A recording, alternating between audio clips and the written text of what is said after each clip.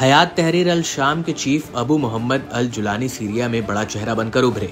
उनके गुट ने सीरिया की दशकों पुरानी सत्ता को राजधानी से उखाड़ फेंका है। अब वह सीरिया को असल मायनों में आजाद तक करार दे चुके हैं।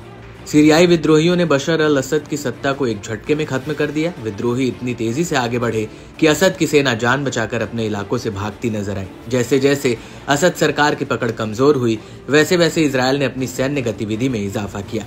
इजरायल ने सीरिया के कब्जे वाले गोलान हाइट्स में अपनी सैन्य तैनाती को बढ़ा दिया। इजरायल ने गोलान हाइट्स में एक बफर जोन पर अस्थायी रूप से कब्जा कर लिया। इजरायली नेतन्याहू ने कहा कि असद शासन के अंत के साथ ही सीरिया इजरायल के बीच 1974 का समझौता भी खत्म हो गया है। हाल में इजरायल ने गोलान हाइट्स में यहूदियों की आबादी दोगुना करने वाले एक मसौदे को भी हरी झंडी दिखाई। इजरायल के इस फैसले के बीच हयात तहरीर अल शाम के चीफ अबू मोहम्मद अल जुलानी को चौंका देने वाला बयान सामने आया, जिसमें उनकी इजरायल को लेकर हमदर्दी साफ तौर पर देखने को मिली। दरअसल जुलानी ने कहा कि सीरिया को इजरायल या किसी अन्य देश के खिलाफ हमलों के लिए लॉन्च पैड के रूप में इस्तेमाल नहीं होने देंगे।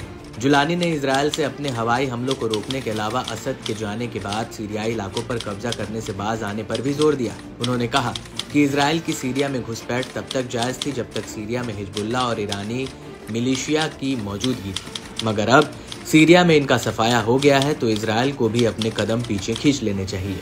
साथ ही जुलानी ने इजरायली पीएम के गोलान हाइट्स के साल 1974 के समझौते पर दिए बयान पर भी हमला बोला। उन्होंने कहा कि हम 1974 के समझौते को मानते हैं। सीरियाई लोगों को आराम की जरूरत है और उनकी सरजमी पर होने वाले हमले बंद होने चाहिए।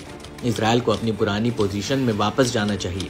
जुलानी ने कहा कि इजरायली हमले से सीरियाई हमले में गैर जरूरी तनाव बढ़ रहा है। सीरिया अब एक और संघर्ष बर्दाश्त नहीं कर सकता। इस दौरान जुलानी ने पश्चिमी देशों से भी एक खास अपील की है। पश्चिमी देशों की ओर से असद के कार्यकाल के दौरान लगाए गए प्रतिबंधों को हटाने की मांग की। इसके पीछे की वजह बताते हुए जुलानी ने कहा कि ये प्रतिबंध सीरिया की राह में बाधा डालते हैं। ये अब सही नहीं है। सीरिया भू रणनीतिक लिहाज से बहुत महत्वपूर्ण है। उन्हें सभी प्रतिबंध हटा देने चाहिए। जो कोड़े मारने वाले और पीड़ित पर लगाए गए थे, कोड़े मारने वाला अब चला गया है। ये मुद्दा बातचीत के लिए नहीं है। जुलानी ने उन सभी सीरियाई लोगों के लिए माफी का वादा किया जिनके हाथ खून से सने हैं। इतना ही नहीं, जुलानी ने सीरिया के दशकों तक चले गृह युद्ध के दौरान विस्थापित लोगों के लिए हमदर्दी दिखाई।